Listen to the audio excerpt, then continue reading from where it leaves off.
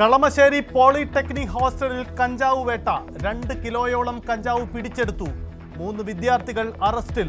ഹോസ്റ്റലിലെ റെയ്ഡ് നീണ്ടത് പുലർച്ചെ 4 വരെ. പിടികൂടിയത് യൂണിയൻ ജനറൽ സെക്രട്ടറിയുടെ മുറിയിൽ നിന്ന്. കഞ്ചാവ് എത്തിച്ചത് വിൽപ്പനയ്ക്കെന്ന് സൂചന.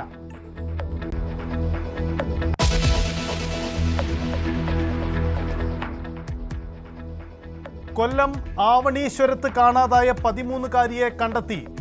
താൻ തിരൂരിലുണ്ടെന്ന് പെൺകുട്ടി വീട്ടിൽ അറിയിച്ചു.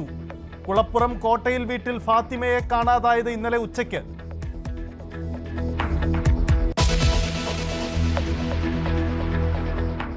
News 18 exclusive. വെഞ്ഞാറമ്മൂട് കൂട്ടക്കുരുതിക്കിടവെച്ചത് ബാങ്കിന്റെ സമ്മർദ്ദമോ?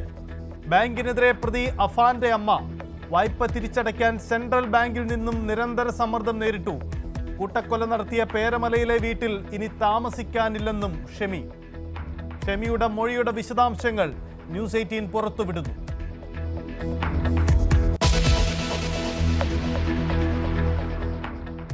രാജ്യാന്തര കുറ്റവാളി അലക്സേജ് ബുഷ്യോക്കോവ് കേരളത്തിൽ വന്നു പോകുന്നതെന്തിന്? അലക്സേജ് 10 വർഷമായി കേരളത്തിൽ എത്തുന്നതായി ഇന്റലിജൻസ് റിപ്പോർട്ട്. ഇന്നലെ പിടികൂടിയത് റഷ്യയിലേക്ക് മടങ്ങുന്നതിന് 2 മണിക്കൂർ മുമ്പ്. പിടിയിലായത് 8.5 ലക്ഷം കോടി തട്ടിയെടുത്ത കുറ്റവാളി.